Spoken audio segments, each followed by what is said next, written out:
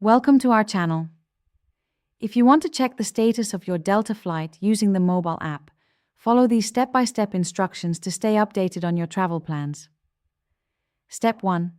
Download the Delta app from the Apple App Store or Google Play Store if you have not already installed it. Step 2. Open the Delta app on your smartphone and log in with your SkyMiles account, or tap Continue as Guest. Step 3. On the home screen, tap My Trips to view your upcoming flights if they are already booked through your account. Step 4.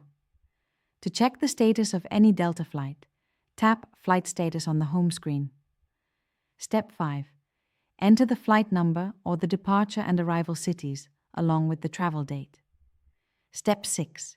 Tap Search to retrieve real-time information about the flight. Step 7.